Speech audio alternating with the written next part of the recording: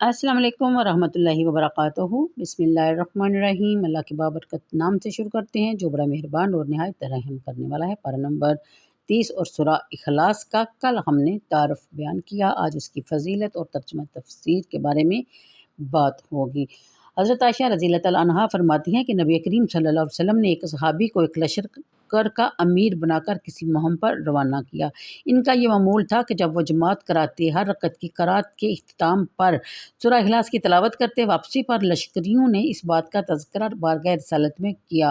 حضور صلی اللہ علیہ وسلم نے فرمایا کہ تم اسی سے کیوں نہیں پوچھتے؟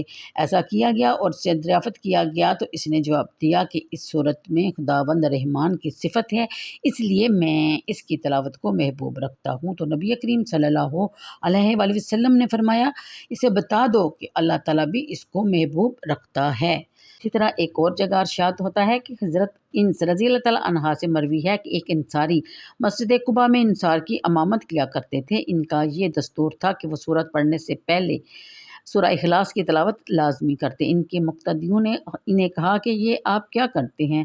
یہ سورہ اخلاص پڑھا کیجیے یا کوئی دوسری سورت یعنی ایک ہی پڑھا کیجیے۔ انہوں نے کہا کہ میں تو ایسا ہی کروں گا، اب آپ کی مرضی ہو تو جماعت کراتا ہوں، اگر آپ کی مرضی نہیں تو آپ کسی دوسرے کو اپنا امام مقرر کر دیجیے۔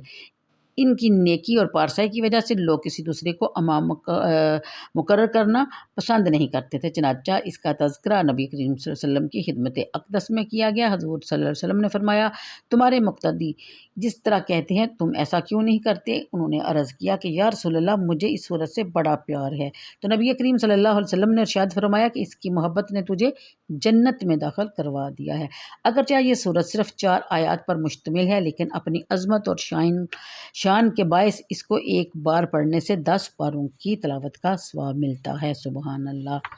پھر بیان فرمایا گیا کہ حضرت ابو ہریرہ رضی اللہ تعالیٰ عنہ کہتے ہیں کہ حضور صلی اللہ علیہ وسلم نے ایک روز صحابہ کو حکم دیا کہ اکٹھے ہو جاؤ، میں تمہیں 1/3 قرآن سناؤں گا۔ چنانچہ لوگ جمع ہو گئے، حضور صلی اللہ علیہ وسلم تشریف لائے اور سورہ اخلاص کی تلاوت فرمائی اور حجرہ میں واپس تشریف لے گئے۔ لوگ کہنے لگے کہ حضور صلی اللہ علیہ وسلم نے فرمایا تھا کہ تمہیں 1/3 قرآن سناؤں گا اور آپ صرف ایک سورت سنا کر واپس تشریف لے گئے۔ نبی کریم صلی اللہ علیہ وسلم جب واپس تشریف لائے تو انہوں نے عرض کیا کہ میں نے تمہیں یہی کہا تھا، 1/3 تمہیں قرآن پاک سناؤں گا، تو کان کھول کر سن لو، یہ سورت 1/3 قرآن کے برابر ہے۔ پھر مزید فضیلت بیان کی گئی سورت کی کہ ایک روز حضور صلی اللہ علیہ وسلم نے صحابہ کو فرمایا کہ تم 1/3 قرآن ہر رات تلاوت نہیں کر سکتے؟ انہوں نے عرض کی یا رسول اللہ، ہم میں سے کون اس کی طاقت رکھتا ہے؟ فرمایا قل هو اللہ احد اللہ۔ قرآن کی 1/3 ہے۔ اس صورت کو قرآن کریم کی 1/3 کہنے کی کئی وجوہات علماء نے ذکر کی ہیں۔ سب سے بہتر یہ ہے کہ قرآن میں 3 چیزوں پر پوری توجہ صرف کی گئی ہے: اللہ تعالیٰ کی وحدانیت پر ایمان، رسالت پر ایمان اور روز قیامت پر ایمان۔ اس صورت میں توحید کا ذکر کیا گیا ہے جو ان 3 چیزوں میں سے ایک ہے، اس لیے اسے قرآن کی 1/3 فرمایا گیا۔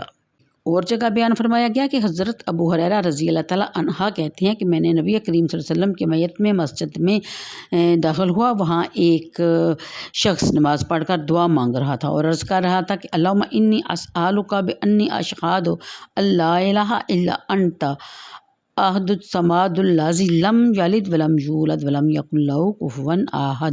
یہ سن کر نبی کریم صلی اللہ علیہ وسلم نے فرمایا، اس ذات پاک کی قسم جس کے دستے قدرت میں میری جان ہے، اس شخص نے اپنے رب سے اس کی اسم اعظم کی وسیلہ سے دعا مانگی ہے۔ جب بھی اس کی وسیلہ سے سوال کیا جاتا ہے تو وہ عطا فرماتا ہے، اور جب بھی دعا کی جاتی ہے تو وہ قبول فرماتا ہے۔ اس سے یہ ثابت ہوا کہ سورہ اخلاص کے پڑھنے سے دعائیں بھی قبول فرمائی جاتی ہیں۔ پھر بیان فرمایا کیا کہ ایک دفعہ نبی کریم صلی اللہ علیہ وسلم مسجد میں تشریف لے گئے اور ایک شخص کو یوں دعا کرتے ہوئے سنا اور عرض کر رہا تھا کہ اسألک یا اللہ یا احد یا صمد یا من لم یلد ولم یولد ولم یکن لہ کفوا۔ یہ سن کر حضور صلی اللہ علیہ وسلم نے 3 مرتبہ فرمایا، اے شخص تجھے بخش دیا گیا، اے شخص تجھے بخش دیا گیا، اے شخص تجھے بخش دیا گیا۔ یہ تو تھی فضیلت اور اہمیت جو کہ بہت زیادہ ہے، اور بیان کرنے کے لیے سمندروں کی سیاہی بھی کم پڑ جاتی ہے، تو پھر وقت کیا چیز ہے۔ تو چلتے ہیں اس کی پہلی آیت کی طرف کہ کل هو اللہ احد، اے حبیب فرما دیجئے وہ اللہ ہے، یکتا ہے، اللہ صمد ہے، نہ اس نے کسی کو جنا اور نہ وہ جنا گیا اور نہ ہی کوئی اس کا ہمسر ہے۔ تفسیر کے مطابق اگر آپ اقوام عالم کے مذہبی عقائد کا مطالعہ کریں تو آپ ششدہ رہ جائیں گے کہ خالق کائنات کے بارے میں بانت بانت کی بولیاں سن کر آپ کا دماغ چکرانے لگے گا اور دل ڈوبنے لگے گا۔ بعض نے تو کسی خدا کو ماننے ہی سے انکار کر دیا۔ اس کے نزدیک یہ جہان رنگ و بو اتفاقاً محض بطور حادثہ پیدا ہو گیا ہے، کسی کی حکمت، کسی کے علم، کسی کی قدرت کا اس میں ذرا دخل نہیں۔ یہ چرخ و نیلوفری، یہ کرہ زمین، اس میں فلک بوس پہاڑ، اس میں ابلتے ہوئے چشمے رواں دواں ندیاں، ان کے دامن میں رنگین مہکتے پھول، چبھتے ہوئے کانٹے، یہ شبنم کے قطرے اور سمندروں کی بے کرانیاں خود بہت ظہور پذیر ہو گئی ہیں۔ نیلگوں فضا میں رنگین ان گنت ستاروں کے چراغ خود ہی روشن ہو گئے ہیں۔ آفتاب و مہتاب کی تابانیاں کسی حالق کی ندرت تخلیق کا کرشمہ ہی نہیں۔ بعض اقوام ایک خدا کی قائل تھی، مگر ایسا خالق جو علم و حکمت اور قوت تدبیر سے یکسر آری ہے۔ بعض نے دو اور بعض نے ان گنت خدا بنا ڈالے۔ ان خداؤں کے معشوقوں کی داستانیں بڑی اخلاق سوز ہیں، ان میں رقابت کی آگ بھی بھڑکی، انہوں نے ایک کی بیویوں کو اغواطہ کیا، ان سے بدمعاش سے بھی نہ باز آئے، ان کے درمیان خون ریز جنگیں بھی ہوئی، ان کی اولادیں بھی پیدا ہوئی، غرض کہ اس سلسلہ میں بدتمیزی کا وہ طوفان برپا رہا کہ اللہ ہی حفاظت میں رکھے۔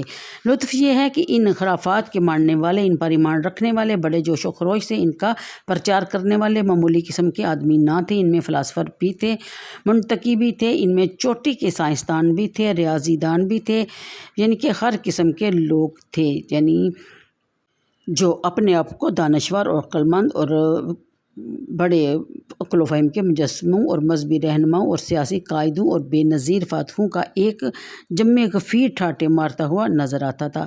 ہند، چین، روم، یونان، مصر، جہاں تہذیب و تمدن کے چراغ روشن تھے، یہ کیفیت وہاں کی بھی تھی۔ اللہ تعالیٰ کا حبیب، توحید کا علمبردار، دعوت حق کا مبلغ اعظم سیدنا محمد صلی اللہ علیہ وسلم جس ملک میں تشریف لائے، وہاں تو سونے، تانبے، فولاد، پتھر، لکڑی کے بے شمار خداؤں کی خدائی کا ڈنکا بج رہا تھا۔ جب اس ہادی برحق نے صفا کی چوٹی پر کھڑے ہو کر قل هو اللہ احد کا اعلان کیا تو لوگوں کے ذہنوں میں کھلبلی مچ گئی، سوالات و استفسارات کا ایک سیلاب امنڈ آیا، فرمائشوں پر فرمائشیں ہونے لگی۔ کوئی کہتا کہ انسب لنا ربک کا، ذرا اپنے رب کا نسب نامہ تو بیان فرمائیے۔ کوئی کہنے لگا کہ آپ کا رب کس چیز کا بنا ہوا ہے، جو کہ پچھلی تعارف میں بیان ہو چکا ہے، یا اگر دوبارہ بیان کیا گیا تو ویڈیو پھر لمبی ہو جائے گی۔ مختصر یہ کہ ان سب کا منہ توڑ جواب اسی صورت میں دیا گیا کہ اللہ تعالیٰ کا کوئی ہمسر نہیں، نہ اس کی کوئی اولاد ہے، نہ وہ کسی سے جنا گیا، نہ اسے کسی نے جنا۔ بتایا جاتا ہے کہ صرف جاہل اور غیر متمدن اقوام ہی اللہ تعالیٰ کو یا اللہ تعالیٰ کی اولاد کو تسلیم نہیں کرتی، بلکہ اس گمراہی میں وہ قومیں بھی بری طرح مبتلا تھی جو انبیاء رسل پر ایمان لے آئی تھی اور جن کے پاس آسمانی کتب موجود تھی۔ اگر عرب کے جاہل مشرک فرشتوں کو اللہ کی بیٹیاں کہا کرتے تو یہودی موسیٰ علیہ السلام کی امت اور تورات کے حامل حضرات حضرت عزیر علیہ السلام کو خدا کا فرزند کہتے، عیسائی یسوع مسیح پسر مریم کو بڑے تمطراق سے اللہ تعالیٰ کا بیٹا کہا کرتے۔ اس آیت نے ان کے ان باطل تصورات کو مٹا کر رکھ دیا۔ فرمایا نہ اس کا کوئی بیٹا ہے، نہ وہ کسی کا بیٹا ہے، یہ تو فانی اور حادث اشیاء کی خصوصیتیں ہیں۔ میرا پروردگار عالم یزلا یزال ہے، فنا و حدوث سے منزہ اور پاک ہے، انسانوں کی طرح وہ بیٹوں کا محتاج نہیں۔ ساری مخلوق چھوٹی بڑی، عزیز اور حقیر، جس کے سامنے بندگی کا پٹا گلے میں ڈالے سر جھکائے کھڑی ہو، اس کو کیا ضرورت کی ہے کہ کسی کو اپنا بیٹا بنائے۔ کفواً کہتے ہیں ہمسر کو جو قدرت علم و حکمت اور دیگر صفات میں ہم پلہ اور ہم پایا ہو۔ اس جہان میں ایسی کوئی چیز نہیں جو کسی پہلو، کسی جہت اور کسی اندازہ سے بھی اللہ تعالیٰ کی ہمسری کا دعویٰ کر سکے۔ سب اس کے بندے ہیں اور اس کے مخلوق ہیں اور اس کے حضور سجدہ زیر ہیں اور اسی کے ہر حکم کے سامنے تون اور کراہن سر تسلیم ہم کیے ہوئے ہیں۔ ان الفاظ کے ساتھ ہی میری ویڈیو کا ٹائم ختم ہوا۔ دعاؤں میں یاد رکھا کیجیے، ویڈیو کو لائک اور شیئر کر دیا کیجیے۔ اللہ حافظ۔